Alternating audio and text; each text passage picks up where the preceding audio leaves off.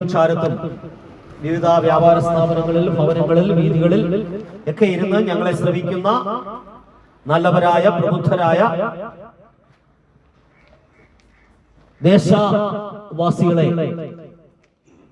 അല്പസമയം ഈ സുവിശേഷത്തിന്റെ കേൾവിയിലേക്ക് ഞങ്ങൾ ക്ഷണിക്കുകയാണ്. മാനവരാശിയുടെ വിമോചനത്തിന് വേണ്ടി, മാനവരാശിയുടെ രക്ഷയ്ക്ക് വേണ്ടി സ്വർഗം വിട്ട് ഈ ഭൂമിയിലേക്ക് ഇറങ്ങി വന്ന യേശുക്രിസ്തു എന്ന മഹാദൈവത്തെ കുറിച്ച് അല്പമായി നിങ്ങളോട് സംസാരിക്കുവാൻ ഞങ്ങൾ ആഗ്രഹിക്കുന്നു. വിവിധ മതവിഭാഗത്തിൽപ്പെട്ടവരും വിവിധ സാമുദായിക പശ്ചാത്തലത്തിലുമൊക്കെയുള്ള പ്രിയപ്പെട്ടവർ ഞങ്ങളെ ശ്രമിക്കുന്നുണ്ട് എന്ന് ഞങ്ങൾക്കറിയാം. ഇതൊക്കെ ഏതെങ്കിലും പള്ളിക്കകത്തോ ഏതെങ്കിലും ഹോളിനകത്തോ ഒക്കെ നിങ്ങൾ ഇത് പ്രസംഗിച്ചാൽ പോരെ എന്ന് ചോദിക്കുന്ന പലരും കാണും. എന്നാൽ ഞങ്ങൾ നിങ്ങളോട് പറയട്ടെ, യേശുക്രിസ്തുവിന്റെ ജനനസമയത്ത് വെളിമ്പ്രദേശത്ത് ആടുകളെ മേയിച്ചുകൊണ്ടിരുന്ന ഇടയന്മാരുടെ അടുക്കലേക്ക് ദൂതൻ കടന്നു ചെന്നിട്ട് അവരോട് ഇങ്ങനെയാണ് പറഞ്ഞത്: ഇതാ സർവജനത്തിനും വരുവാനുള്ള മഹാസന്തോഷം ഞാൻ നിങ്ങളോട് സുവിശേഷിക്കുന്നു. ഇത് സകല ജനത്തിനും വേണ്ടിയുള്ളതാണ് സുവിശേഷം. ജാതി, മത, വർഗ, ദേശ ഭേദമില്ലാതെ സകല മനുഷ്യനും വേണ്ടിയുള്ളതാണ് സുവിശേഷം. സകല മനുഷ്യനും ദൈവത്തിന്റെ സൃഷ്ടിയാണ്. ഈ ലോകത്തിലെ സകല ചരാചരങ്ങളെയും സൃഷ്ടിച്ചത് ദൈവമാണ്.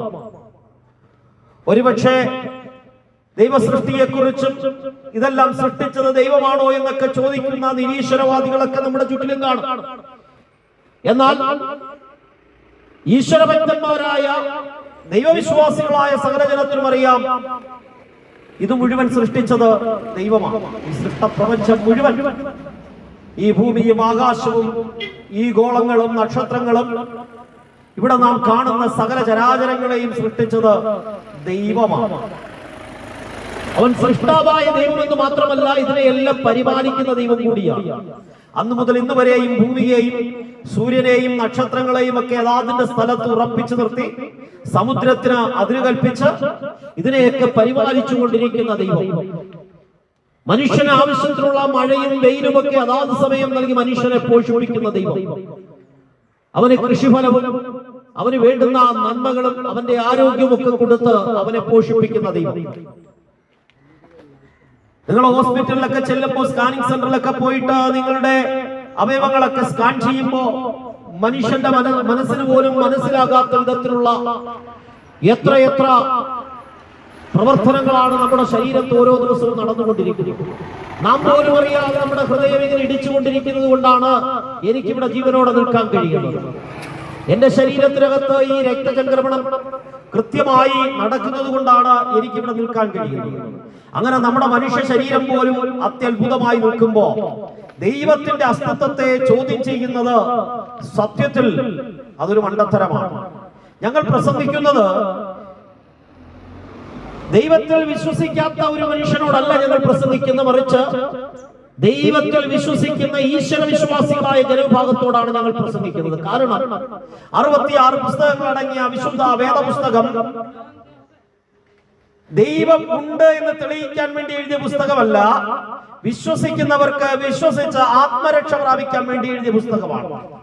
അതുകൊണ്ട് ദൈവമുണ്ടെന്ന് തെളിയിക്കാൻ വേണ്ടി അല്ല ഞങ്ങൾ ഇവിടെ പ്രസംഗിക്കുന്നത്. ആത്മരക്ഷയ്ക്ക് വേണ്ടി ആഗ്രഹിക്കുകയും വാഞ്ചിക്കുകയും ചെയ്യുന്ന ഏവർക്കും രക്ഷ പ്രാപിക്കാൻ ഒരു മാർഗമുണ്ടെന്ന് ഒരു പ്രാവശ്യം കൂടി സനാതനമായ സത്യസുവിശേഷത്തിന് നിരവധി പ്രാവശ്യം വേദിയായിട്ടുള്ള ഈ ഉമ്മന്നൂരിന്റെ ഗ്രാമപ്രദേശത്ത് നിന്നുകൊണ്ട് ഒരിക്കൽ കൂടി അത് വിളംബരം ചെയ്യുവാൻ ഞങ്ങൾ ആഗ്രഹിക്കുകയാണ്. മനുഷ്യനെ ദൈവമാണ് സൃഷ്ടിച്ചത്. ഇവിടുത്തെ സകല ചരാചരങ്ങളെയും ദൈവം സൃഷ്ടിച്ചെങ്കിലും മനുഷ്യ സൃഷ്ടിയിൽ വ്യത്യാസമുണ്ട്. പക്ഷികൾക്കോ മൃഗങ്ങൾക്കോ ദൈവം ആത്മാവിനെ കൊടുത്തില്ല. പക്ഷികളെയോ മൃഗങ്ങളെയോ ദൈവത്തിന്റെ സ്വരൂപത്തിലും ഛായയിലും സൃഷ്ടിച്ചില്ല. ദൈവത്തിന്റെ ഛായയിലും സ്വരൂപത്തിലും ദൈവം സൃഷ്ടിച്ചത് അത് മനുഷ്യനെ മാത്രമാണ്. ദൈവം ആത്മാവാകുന്നു.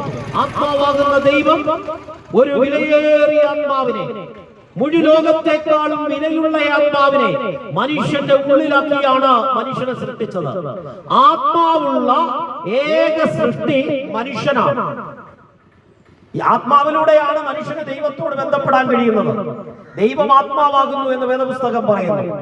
മനുഷ്യരാരും കണ്ടിട്ടില്ലാത്തവനും കാണാൻ കഴിയാത്തവനുമായ ദൈവം, ആ ദൈവം ആത്മാവാകുന്ന ദൈവം.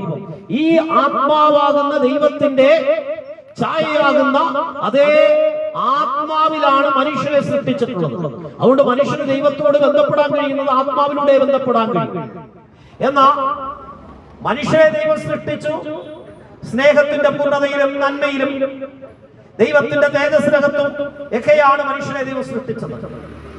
ദൈവത്തോടൊപ്പം വസിക്കുവാൻ, ദൈവത്തോട് കൂടെ വസിക്കുവാൻ, ദൈവത്തിന്റെ കൂട്ടായ്മയിൽ വസിക്കുവാൻ, ദൈവത്തിന്റെ സ്നേഹം അതിന്റെ ആഴങ്ങളിൽ ആസ്വദിച്ച് ദൈവത്തോടൊപ്പം നടക്കുവാൻ ദൈവം എല്ലാം ഈ ഭൂമിയിൽ സൃഷ്ടിച്ചിട്ട് അതിന്റെ ഒടുവിലായി മനുഷ്യനെയും ഭൂമിയിൽ സൃഷ്ടിച്ച് ഇവിടെ വാഴുവാൻ അവന് അധികാരവും കൊടുത്തു.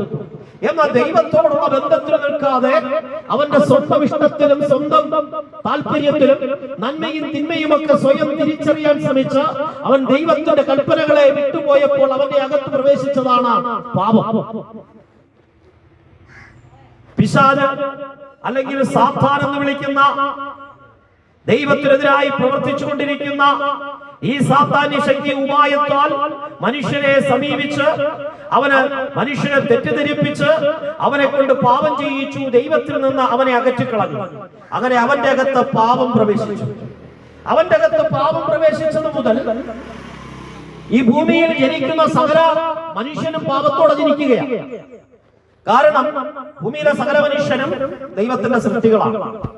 ആദിമ മനുഷ്യരായ ആദാമിന്റെ പാരമ്പര്യം അല്ലെങ്കിൽ ആദാമിൽ നിന്നാണ് സകല മനുഷ്യനും ഉണ്ടായത്.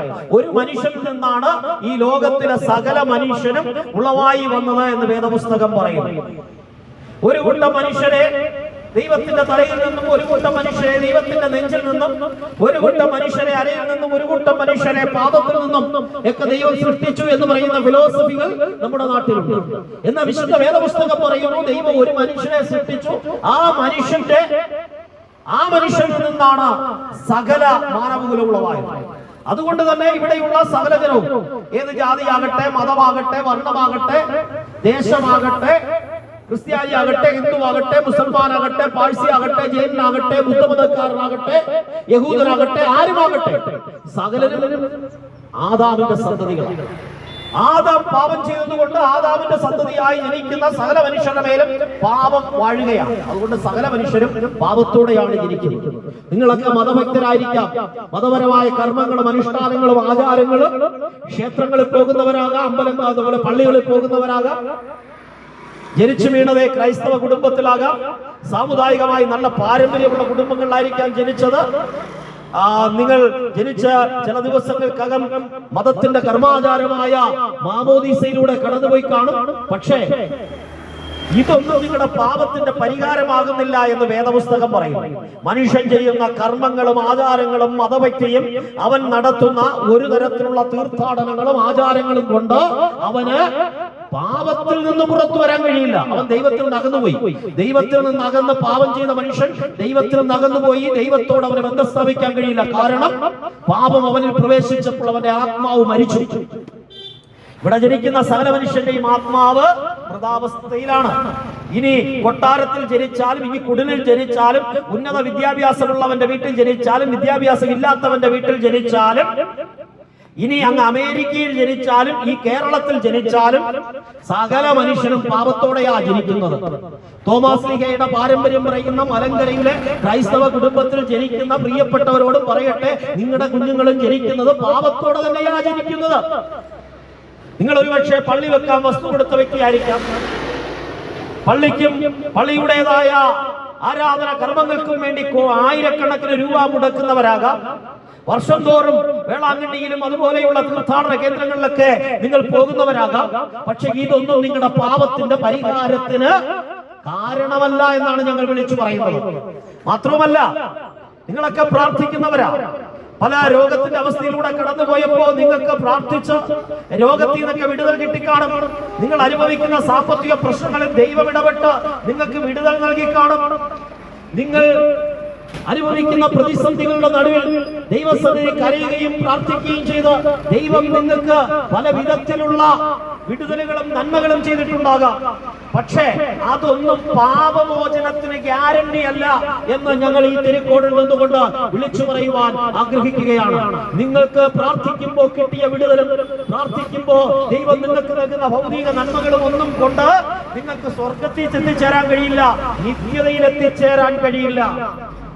നിങ്ങളിവിടെ പ്രാർത്ഥിച്ചു നേടിയ സകല നന്മകളും, നിങ്ങളിവിടെ പ്രാർത്ഥിച്ചു നേടിയ കൊട്ടാരവും, നിങ്ങൾ പ്രാർത്ഥിച്ചു നേടിയ സകല വിദ്യാഭ്യാസപരമായ ഉയർച്ചയും സാമ്പത്തികപരമായ ഉയർച്ചയും സകലതും വിട്ടിട്ട് ഒരു ദിവസം നിങ്ങൾക്ക് ഈ ഭൂമിയിൽ നിന്ന് പോകേണ്ടി വരും.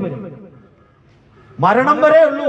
മനുഷ്യൻ നേടിയ സമ്പത്തും പദവികളും, മനുഷ്യൻ നേടിയ നന്മകളും, മനുഷ്യൻ നേടിയ തോട്ടങ്ങളും ഒക്കെ മരണം വരെ ഉള്ളൂ. അന്നിതൊക്കെ ഇട്ടിട്ട് പോകേണ്ടി വരും. എന്ന മരണത്തിന് ശേഷം അവന്റെ ആത്മാവിന് ഒരു ജീവനുണ്ട്. മനുഷ്യന്റെ ആത്മാവിന് മരണമില്ല. മരണമില്ലാത്ത ആത്മാവിനെയാണ് ദൈവം മനുഷ്യന്റെ അകത്ത് നിക്ഷേപിച്ചിരിക്കുന്നത്. കാരണം ദൈവത്തിന് മരണമില്ല. മരണമില്ലാത്ത ദൈവം, നിത്യനായ ദൈവം മനുഷ്യന്റെ അകത്തൊരു ആത്മാവിനെ നിക്ഷേപിക്കുമ്പോ ആ ആത്മാവ് മരണമില്ല. കാരണം ദൈവം നിത്യനാണ്, ദൈവത്തിന്റെ ഛായയാണ് ആത്മാവ്. ആ ആത്മാവിന് മരണമില്ല. അതുകൊണ്ട് മരണശേഷം നിങ്ങളുടെ ആത്മാവിന്റെ നിത്യത എവിടെയായിരിക്കുമെന്ന് തീരുമാനിക്കുന്നത് ഇവിടെ വെച്ചാണ്, ഈ ഭൂമിയിൽ വെച്ചാണ്. ഈ ഭൂമിയിൽ വെച്ചാണ്. ഇതാകുന്നു സുപ്രസാദകാലം, ഇതാകുന്നു രക്ഷാ ദിവസം. ഈ ജീവനോടിരിക്കുന്ന ഈ കാലഘട്ടത്തിൽ നിങ്ങൾ തീരുമാനിക്കണം, മരണശേഷം എന്റെ ജീവിതം എവിടെയാണ്. രണ്ട് വഴികൾ മുമ്പിൽ വെച്ചിട്ടുണ്ട്. ഒന്ന് ജീവന്റെ വഴിയും ഒന്ന് മരണത്തിന്റെ വഴിയും. ഒന്നുകിൽ നിങ്ങൾക്ക് നിത്യതയിൽ ദൈവത്തോടൊപ്പം വസിക്കാം, അല്ലെങ്കിൽ പിശാചനും അവന്റെ ദൂതന്മാർക്കും വേണ്ടി നിർമ്മിക്കപ്പെട്ട നരകത്തിലേക്ക് നിങ്ങൾ തള്ളിയിടപ്പെടും.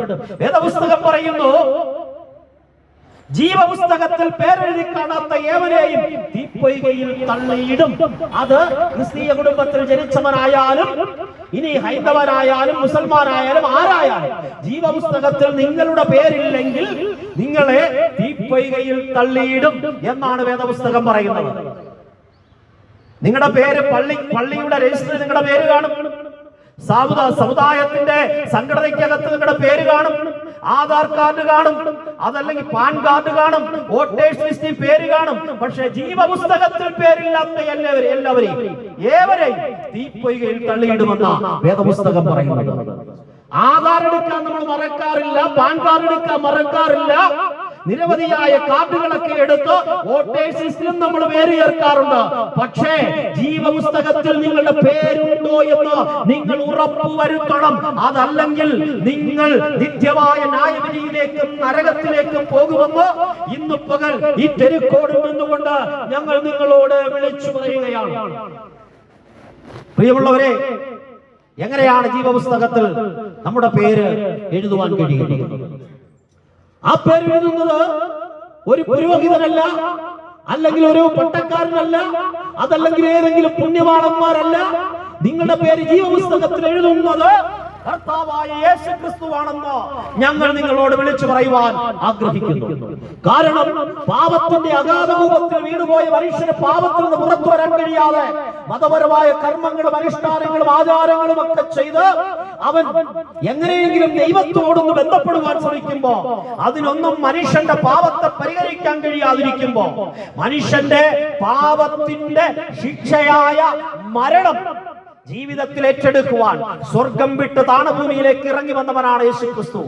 യേശുക്രിസ്തു ആരാണെന്ന് ചോദിച്ചാൽ യേശുക്രിസ്തു ദൈവമായിരുന്നു, ദൈവത്തോടൊപ്പമായിരുന്നു, ദൈവത്തിന്റെ സമത്വത്തിൽ വസിച്ചവനാണ്, ദൈവത്തിന്റെ തേജസ്സിൽ വസിച്ചവനാണ്, അനാദിയിലുള്ളവനായിരുന്നു. അവനെ ആരും സൃഷ്ടിച്ചതല്ല. മറിയത്തിന്റെ ഉദരത്തിൽ നിന്ന് ജനിച്ചപ്പോഴല്ല യേശു ജന്മമെടുത്തത്. യേശു ഇവിടെ ഉണ്ടായിരുന്നവൻ നിത്യനായ ദൈവം.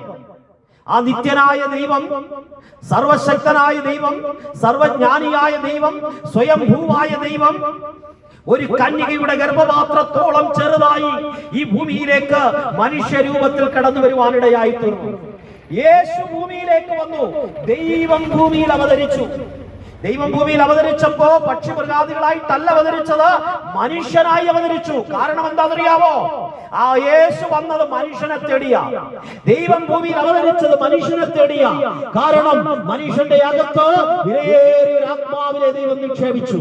ആ ആത്മാവ് മൃതാവസ്ഥയിൽ പോയപ്പോ ആ ആത്മാവിന് ജീവൻ പ്രദാനം ചെയ്ത, ആ ആത്മാവിന് നിത്യജീവൻ കൊടുത്ത, ആ ആത്മാവിനെ നിത്യതയിൽ എത്തിക്കുവാനാണ് യേശു ഭൂമിയിലേക്ക് വന്നത്. യേശു ക്രിസ്തു ഭൂമിയിൽ വന്ന സകല മനുഷ്യന്റെയും പാപം, സകല മനുഷ്യന്റെയും, ഈ ഭൂമിയിൽ ഇന്നയോളം ജനിച്ചിട്ടുള്ള സകല മനുഷ്യന്റെയും, ഇനി ജനിക്കാനുള്ള മനുഷ്യന്റെയും, ഈ പ്രസംഗിക്കുന്ന എന്റെയും ദേശനിവാസികളുടെയും മുഴുവൻ പാപവും, കടും ചുവപ്പേറിയ നമ്മുടെ പാപം, ജന്മം കൊണ്ടും കർമ്മം കൊണ്ടും നമ്മുടെ ജീവിതത്തിലുണ്ടായ സകല പാപവും സ്വന്തം ശരീരത്തിൽ യേശു ഏറ്റുവാങ്ങുവാനിടയായി. ആ യേശുവിനെ നോക്കിക്കൊണ്ട് സ്നാപകയോഹന്നാൻ വിളിച്ചു പറയുന്നു, ഇതാ ലോകത്തിന്റെ പാപം ചുമക്കുന്ന ദൈവത്തിന്റെ കുഞ്ഞാണ്. യേശു ക്രിസ്തു മനുഷ്യന്റെ സകല പാപവും സ്വന്തം ശരീരത്തിൽ വഹിച്ചുകൊണ്ട് മനുഷ്യന്റെ പാപത്തിന്റെ ശിക്ഷയായ, വേദപുസ്തക ഭാഷയിൽ പറഞ്ഞാൽ പാപത്തിന്റെ ശമ്പളമായ ആ മരണം സ്വന്തം ശരീരത്തിൽ യേശു ഏറ്റുവാങ്ങി. മരണമില്ലാത്ത ദൈവം മനുഷ്യരൂപത്തിൽ ഭൂമിയിലേക്ക് വന്ന മനുഷ്യന്റെ പാപത്തിന്റെ ശിക്ഷയായ മരണം സ്വന്തം ജീവിതത്തിൽ ഏറ്റെടുത്തു. കാൽവരിയുടെ കൊലക്കളത്തിൽ, അതെ, ഗബദാ മുതൽ ഗോൽഗോഥാ വരെ യേശു അനുഭവിച്ച സകല പീഡനങ്ങളും, അവൻ കൊണ്ട ചമ്മട്ടിയടി, അവൻ വഹിച്ച ആ പച്ച പൈൻമര കുരിശും, അവൻ മുഖത്ത് തുപ്പലേറ്റതും, അവന്റെ തലയിൽ മുൾമുടി ധരിപ്പിച്ചതും, അവനെ പരിഹസിച്ചതും എല്ലാം എന്നെ കേൾക്കുന്ന സഹോദര, നമ്മുടെ പാപത്തിന്റെ ശിക്ഷയാണ്. നമ്മുടെ പാപത്തിന്റെ ശിക്ഷയായ മരണം സ്വന്തം ശരീരത്തിൽ ഏറ്റുവാങ്ങി യേശു കാൽവരിയിൽ യാഗമായി തീർന്നു. അതിനെക്കുറിച്ച് വേദപുസ്തകം പറയുന്നു, അവനൊരു അകൃത്യയാഗമായി തീർന്നു. യേശു ക്രിസ്തു മാനവകുലത്തിന്റെ പാപത്തിന്റെ പരിഹാരത്തിനായി യാഗമായി തീരുവാനിടയായി എന്ന ഇന്ന് പകൽ ഒരിക്കൽ കൂടി ഞങ്ങൾ നിങ്ങളെ ഓർമ്മിപ്പിക്കുകയാണ്. മനുഷ്യന്റെ പാപത്തിന്റെ പരിഹാരത്തിനു വേണ്ടി യാഗമായി തീർന്ന ഒരു ഗുരുക്കന്മാരില്ല. നിരവധി ഗുരുക്കന്മാർ, മതാചാര്യന്മാർ, പുരോഹിതന്മാർ, പുണ്യവാളന്മാർ, വിശുദ്ധന്മാർ എന്ന് വിളിക്കുന്നവർ ഒക്കെ ഈ ഭൂമിയിൽ ജനിച്ചിട്ടുണ്ട്. അവരാരും നിങ്ങളുടെ പാപത്തിന്റെ പരിഹാരത്തിനായി മരിച്ചിട്ടില്ല. നിങ്ങളുടെ പാപം അവരാരും ഏറ്റെടുത്തിട്ടില്ല. നിങ്ങളുടെ പാപത്തിന്റെ പരിഹാരത്തിനായി അവർ മരണത്തിലൂടെ കടന്നുപോയില്ല. എന്നാ മനുഷ്യന്റെ മരണത്തിന്, മനുഷ്യന്റെ പാപത്തിന്റെ പരിഹാരമായി മരണം സ്വന്തം ശരീരത്തിൽ ഏറ്റെടുത്ത ഏക വ്യക്തി അത് യേശു ക്രിസ്തുവാണ്. സത്യദൈവവും നിത്യജീവനുമായ പൂർണ്ണ ദൈവമായ പൂർണ്ണ മനുഷ്യനായ ആ യേശു ക്രിസ്തുവാണ് മനുഷ്യന്റെ പാപത്തിന്റെ പരിഹാരത്തിനായി കാൽവരിയിൽ മരിച്ചത്. കാരണം യേശുവിന് മാത്രമേ പാപത്തിന്റെ പരിഹാരം ചെയ്യാൻ കഴിയുള്ളായിരുന്നു. കാരണം ഊനമില്ലാത്ത, പാപമില്ലാത്ത, പാപം ചെയ്തിട്ടില്ലാത്ത, പാപം അറിഞ്ഞിട്ടില്ലാത്ത, പാപത്തെക്കുറിച്ച് ബോധ്യമില്ലാത്ത പരമപരിശുദ്ധനായ ഒരു വ്യക്തിക്ക് മാത്രമാണ് പാപത്തിന്റെ പരിഹാരമായി അകൃത്യയാഗമാകാൻ കഴിയുന്നത്. അങ്ങനെ ഭൂമിയിലേക്ക് അവതരിച്ചത് ഒരുവൻ മാത്രം, ഞങ്ങൾ പ്രസംഗിക്കുന്ന യേശു ക്രിസ്തു. യേശു ക്രിസ്തു മനുഷ്യന്റെ പാപത്തിന്റെ പരിഹാരം ചെയ്യുവാനിടയായി. ഇനി പാപപരിഹാരത്തിനു വേണ്ടി നേർച്ചകളില്ല, തീർത്ഥാടനങ്ങളില്ല, കർമ്മങ്ങളില്ല, ആചാരങ്ങളില്ല, ഉത്സവങ്ങളില്ല, പെരുന്നാളുകളില്ല, നോമ്പനുഷ്ഠാനങ്ങളില്ല. ഒറ്റ മാർഗം, ഇത് വിശ്വാസത്തിന്റെ മാർഗമാണ്. വേദപുസ്തകം പഠിപ്പിക്കുന്നത് കർമ്മമാർഗമല്ല, വിശ്വാസമാർഗമാണ്. ക്രിസ്തുവിൽ വിശ്വസിക്കുന്നവർക്ക് സൗജന്യമായി പാപമോചനം ലഭിക്കുകയാണ്. അവന്റെ പുത്രനായ യേശുവിന്റെ രക്തം സകല പാപവും പോക്കി നമ്മെ ശുദ്ധീകരിക്കുന്നു. എത്ര കൊടും പാപിയെയും എത്ര കൊടും ക്രിമിനലിനെയും അവന്റെ പാപത്തെ ക്ഷമിച്ചു തരാൻ കഴിയുന്ന ഏക സങ്കേതം അത് യേശുവാകുന്ന സങ്കേതമാണ്. യേശുവിന്റെ അടുക്കലേക്ക് വരുന്ന താങ്കൾക്ക് പാപമോചനമുണ്ട്. ക്രിസ്തുവിൽ വിശ്വസിക്കുന്ന താങ്കൾക്ക് പാപമോചനമുണ്ട്. ഇന്ന് പകലിൽ തെരിക്കോട് നിങ്ങൾ വിളിച്ചു പറയട്ടെ, അവനെ കൈക്കൊണ്ട് അവന്റെ നാമത്തിൽ വിശ്വസിക്കുന്ന ഏവർക്കും ദൈവമക്കളാകുവാൻ അവൻ അധികാരം കൊടുത്തു. ഇന്നു പകൽ ദൈവമക്കളാകുവാൻ അവൻ വിശ്വസിക്കുന്നവർക്ക് അധികാരം നൽകിയിരിക്കുകയാണ്. ഏതെങ്കിലുമൊക്കെ സമുദായ പള്ളിയിൽ നിങ്ങളുടെ രജിസ്റ്ററിൽ നിങ്ങളുടെ പേരുള്ളത് കൊണ്ട് നിങ്ങൾക്ക് ദൈവത്തിന്റെ മകനായി മാറാൻ കഴിയില്ല. മറിച്ച് വിശ്വസിക്കണം. ക്രിസ്തുവിന്റെ മനുഷ്യാവതാരത്തിലും കാൽവരി ക്രൂശ് മരണത്തിലും അവന്റെ അടക്ക പുനരുത്ഥാനത്തിലും അവന്റെ വീണ്ടും വരവിലും വിശ്വസിക്കുന്നവർക്കാണ്, അവന്റെ ദൈവപുത്രത്വത്തിൽ വിശ്വസിക്കുന്നവർക്കാണ് ദൈവമക്കളായി തീരുവാൻ അവൻ അധികാരം കൊടുത്തത്. യേശുക്രിസ്തുവിന്റെ ശിഷ്യന്മാരോട് വിളിച്ചു പറഞ്ഞു, വഴിയും സത്യവും ജീവനും ഞാനാകുന്നു, ഞാൻ വഴിയല്ലാതെ ആരും പിതാവിന്റെ അടുക്കൽ എത്തുന്നില്ല. ദൈവസന്നിധിയിൽ എത്തിച്ചേരുവാൻ, ദൈവരാജ്യത്തിൽ എത്തിച്ചേരുവാൻ, നിത്യതയിൽ എത്തിച്ചേരുവാൻ ഒരുപാട് വഴിയില്ല. ഒറ്റ വഴിയേ ഉള്ളൂ, യേശുവാകുന്ന വഴി. യേശുവാകുന്നു വാതിൽ, യേശുവാകുന്നു ലോകത്തിന്റെ വെളിച്ചം, യേശുവാകുന്നു ജീവനും പുനരുദ്ധാനവും. യേശുവിലൂടെ അല്ലാതെ ആർക്കും നിത്യതയിൽ എത്തിച്ചേരാൻ കഴിയില്ല. യേശുവിലൂടെ അല്ലാതെ ആർക്കും ദൈവരാജ്യത്തിൽ എത്തിച്ചേരാൻ കഴിയില്ല. യേശുവിലൂടെ അല്ലാതെ ആർക്കും നിത്യസമാധാനം പ്രാപിക്കാൻ കഴിയില്ല എന്ന അസന്ദിഗ്ധമായി അർത്ഥശങ്കയ്ക്കിടയില്ലാതെ വണ്ണം ഞങ്ങൾ ഈ ദേശത്തോട് വിളിച്ചു പറയട്ടെ. ഒരു പുണ്യവാന്മാരിലൂടെയും ഒരു വിശുദ്ധന്മാരിലൂടെയും ഒരു കർമ്മങ്ങളിലൂടെയും മരിയ ഭക്തിയിലൂടെയും നിങ്ങൾക്ക് നിത്യതയിൽ എത്തിച്ചേരാൻ കഴിയില്ല. നിത്യതയിൽ എത്തിച്ചേരണോ, സ്വർഗരാജ്യത്തിൽ എത്തിച്ചേരണോ, പാപമോചനം പ്രാപിക്കണോ, വീണ്ടെടുപ്പ് പ്രാപിക്കണമോ, ഒരേ ഒരു മാർഗം, യേശു എന്ന മാർഗം. യേശുവിൽ വിശ്വസിക്കുക. നിങ്ങൾക്ക് സൗജന്യമായി പാപമോചനമുണ്ട്, വീണ്ടെടുപ്പുണ്ട്, നിത്യജീവനുണ്ട്, നിത്യസമാധാനമുണ്ട്. മരണത്തെ തോൽപ്പിച്ച് ഉയർത്തെഴുന്നേറ്റ് ഇന്നും ജീവിക്കുന്ന യേശു ക്രിസ്തുവിന്റെ നാമം ഈ തെരുക്കോടിൽ ഞങ്ങൾ ഉയർത്തുകയാണ്. കാൽവരിയിൽ നിസ്സഹായനായി മൂന്നാണികളിന്മേൽ തൂങ്ങി മാനവകുലത്തിന്റെ പാപത്തിന്റെ പരിഹാരത്തിനായി മരിച്ച യേശുവിനെ മാത്രമല്ല, അതിനപ്പുറം ഉയർത്തെഴുന്നേറ്റ് ജീവിക്കുന്ന യേശുവിനെ ഞങ്ങൾ ഉയർത്തുകയാണ്. യേശു ഉയർത്തെഴുന്നേറ്റ് ഇന്നും ജീവിക്കുന്നു. ഉലക ചരിത്രത്തിൽ മരണത്തെ തോൽപ്പിച്ച് എഴുന്നേറ്റ് വന്ന ഏക വ്യക്തി യേശു ക്രിസ്തുവാണ്. അവസാനത്തെ ശത്രുവായ മരണത്തെയും യേശു തോൽപ്പിച്ചു എന്ന് വേദപുസ്തകം എഴുതിയിരിക്കുന്നുവെങ്കിൽ, മരണത്തിനപ്പുറമുള്ള ജീവിതം യേശു ക്രിസ്തുവിൽ വിശ്വസിക്കുന്ന സകലർക്കും ഒരു പുനരുദ്ധാനമുണ്ട്. ഈ പുനരുദ്ധാന ദിവസം തേജസ്സുള്ള ശരീരത്തോടുകൂടി തേജസ്കരിക്കപ്പെട്ട കർത്താവിനെ കാണുവാൻ കല്ലറകളെ ഭേദിച്ച് നാം ഉയർത്തെഴുന്നേറ്റ് വരുമെന്ന വേദപുസ്തകം നമുക്ക് ഉറപ്പു നൽകുകയാണ്. ഇന്ന് പകൽ കർത്താവ് തൻ ഗംഭീരനാദത്തോടും പ്രധാനദൂതന്റെ ശബ്ദത്തോടും ദൈവത്തിന്റെ കാഹളത്തോടും മധ്യാകാശത്തിറങ്ങി വരുമ്പോ ക്രിസ്തുവിൽ വിശ്വസിച്ച് നിത്യജീവൻ പ്രാപിച്ച് വിശുദ്ധിയിൽ ഈ ഭൂമിയിൽ ജീവിക്കുന്ന പ്രിയപ്പെട്ടവർ രൂപാന്തരം പ്രാപിക്കുകയും, എന്നാൽ നമുക്ക് മുമ്പേ ക്രിസ്തുവിൽ വിശ്വസിച്ച് മരണത്തിന് കീഴടങ്ങിയ നമ്മുടെ വൃതന്മാർ മരണത്തെ തോൽപ്പിച്ച് ഹേ മരണമേ നിന്റെ ജയമെവിടെ, ഹേ മരണമേ നിന്റെ വിഷമുള്ളവിടെ എന്ന പാട്ടുപാടിക്കൊണ്ട് തേജസ്കരിക്കപ്പെട്ട ശരീരത്തോടെ എഴുന്നേറ്റ് വരുവാനിടയായി തീരും. അങ്ങനെ നമ്മൾ മുഖാമുഖം യേശുവിനെ കാണും. നമ്മുടെ അരിമനാഥനെ, നമ്മുടെ മടവാളനെ മുഖാമുഖം കണ്ടുകൊണ്ട് അവനോടൊപ്പം നിത്യതയിൽ നാം വസിക്കുവാൻ ഇടയായി തീരും. ആ നിത്യസമാധാനം, ആ നിത്യമായ ആനന്ദം, ആ നിത്യമായ അനുഭവം നിങ്ങളുടെ നിങ്ങൾ അതിനുള്ള ഉറപ്പ് പ്രാപിച്ചിട്ടില്ലെങ്കിൽ, ജീവപുസ്തകത്തിൽ പേരെഴുതി എന്ന ഉറപ്പ് നിങ്ങൾക്ക് ലഭ്യമായിട്ടില്ലെങ്കിൽ, നിങ്ങൾ ക്രിസ്തുവിൽ വിശ്വസിക്കുക.